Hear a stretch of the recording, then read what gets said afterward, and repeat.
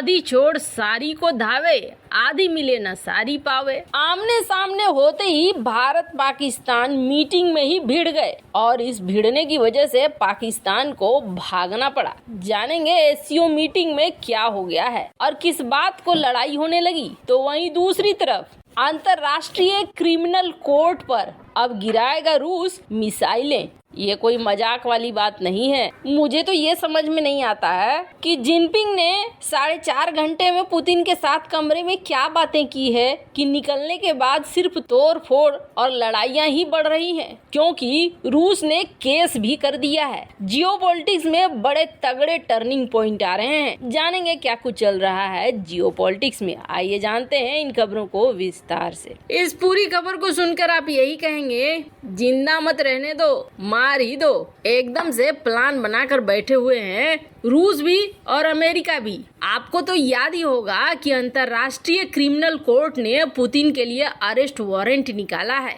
और कहा है कि इसे अरेस्ट करो। हालांकि पुतिन ने इस चीज के लिए उतना मायने नहीं दिखाया था, बस ये उतर गए थे, यूक्रेन के अंदर कार वार चलाई, हेलीकॉप्टर घुसाया। इससे इन्होंने साबित कर दिया कि तुम्हारे जो ये अरेस्ट वारंट है हमारे लिए टॉयलेट पेपर है, इससे ज्यादा कुछ नहीं। लेकिन चीन के जिनपिंग के पहुंचने के बाद से बड़े अलग सुर नजर आ रहे हैं, क्योंकि अब कहा जाता है पुतिन के बाएं हाथ में दे देव। इन्होंने कहा है कि सुनो आईसीसी, आसमान पे नजर रखना, यानी इंटरनेशनल क्रिमिनल कोर्ट। याद रखना, ध्यान रखना, आसमान से आएंगी मिसाइलें और तबाह कर देंगी। मतलब कि अब अंतर्राष्ट्रीय क्रिमिनल कोर्ट को ही रूस उड़ा डालेगा। कुछ ऐसी ही बातें समझ में आ रही है। ये तो बड़ा डेंजरस हो गया, बहुत खतरनाक हो गया। यानी कि ऐसा लग रहा है कि यहाँ पर जिनपिंग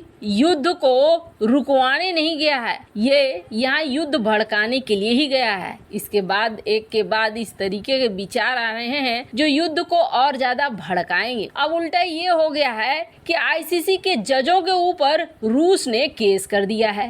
वैसे ये पहला मामला है जिसमें इस तरीके के हालात पैदा हो गए हैं कि राष्ट्रपति पुतिन की तरफ से आईसीसी के जजों पर किया गया है केस। और रूस ने ये बोला है कि हमारे कानून के हिसाब से, रूसी कानून के हिसाब से तुम जजों ने जो दिखलाया है लक्षण, वो क्राइम के अंतर्गत आते हैं। अब यहाँ से भी केस चला है और जल्दी समझ लीजिए उन जजों के लिए भी अरेस्ट वारंट जारी होगा।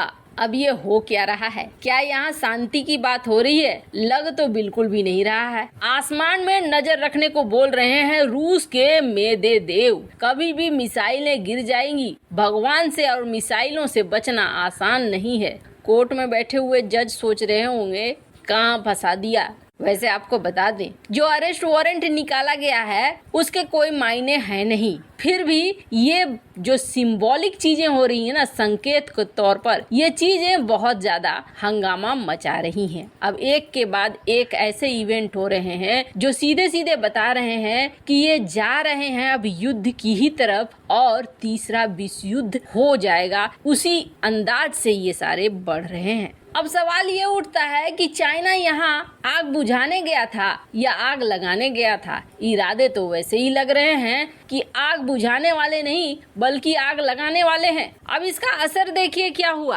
रूस ने चाइना के साथ बहुत अच्छे रिश्ते बना लिए हैं, साफ साफ दिख रहा है। दोनों जाम छलकाते हुए नजर आ रहे हैं और दोनों बहुत अच्छे से गप्पे मारते हुए भी नजर आ रहे हैं। तो इस मुलाकात के बाद पश्चिमी दुनिया ने भी खजाना खोल दिया है और $16 बिलियन का लाइफ लाइन दे दिया है कीव को, यानी लड़ाई आगे बढ़ाओ, अब हम लड़ेंगे। खुलकर तैयार हो गया है यूरोप भी और पश्चिमी दुनिया भी। हालांकि ये खबर थोड़ी डराने वाली है, ये अच्छी बात नहीं है। जिस तरफ बढ़ रहे हैं ये लोग वो तरफ तबाही है और एक और विनाशकारी युद्ध है। और ये विनाशकारी युद्ध तो ऐसा होगा जिसमें पहले जो 2 विश्व युद्ध हुए हैं उससे कहीं ज्यादा बर्बादी होगी, कहीं ज्यादा तबाही होगी। जितनी जल्दी ये रुक जाए उतना बेहतर है, लेकिन ऐसा लग नहीं रहा है कि ये सारी चीजें अभी जल्दी खत्म होने वाली हैं। खैर, जहाँ एक तरफ ये सब कुछ हो रहा है तो वहीं दूसरी तरफ पड़ोसी की भी बात करें। पड़ोसी पाकिस्तान टुकड़ों में टूट रहा है, फिर भी अकड़ नहीं जा रही है। कहते हैं ना, घर में नहीं है दाने और अम्मा चली भुनाने।